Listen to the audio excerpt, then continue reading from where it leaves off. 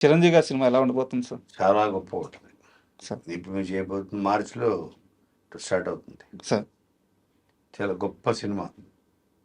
మళ్ళీ కొత్తగా కొత్తగా సెన్స్ వాల్తేర్ గారు చేశాం కదా, సార్ కంప్లీట్ ఒక డిఫరెంట్ స్కూల్కి వచ్చేస్తున్నాం. ఉమ్. స్కూల్ మార్చేసాం. మాస్ కాదా? మాస్లోనే మాస్లోనే. మాస్లోనే సెన్సిబుల్ మాస్. ఉమ్.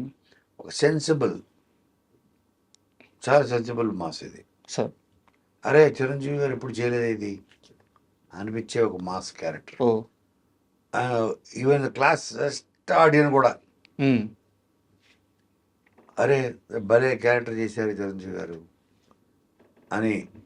మల్టీ బిలియనియర్ సాఫ్ట్వేర్ డాక్టర్స్ వీళ్ళు కూడా ఇష్టపడి ముచ్చటపడే ఒక క్యారెక్టర్ కథ అది.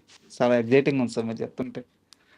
బ్రహ్మానందం గారు అంటే యుద్ధానికి పోయేటప్పుడు ఒక మంచి ఆయుధం దొరికితే ఎంత ధైర్యంగా ఉంటుందో, కోనా వెంకటకి బ్రహ్మానందం అనే ఆయుధం దొరికింది ఇండస్ట్రీలో అవును. అని చెప్పి చెప్తారనమాట. ఎందుకు ప్రతి సినిమాలో బ్రహ్మానందం గారి అంటే ఇంతకు మించి క్యారెక్టర్ రాదేమో అనిపించిన ప్రతిసారి మీరు దాన్ని బీట్ చేశారు బ్రహ్మానందం గారు. అవును.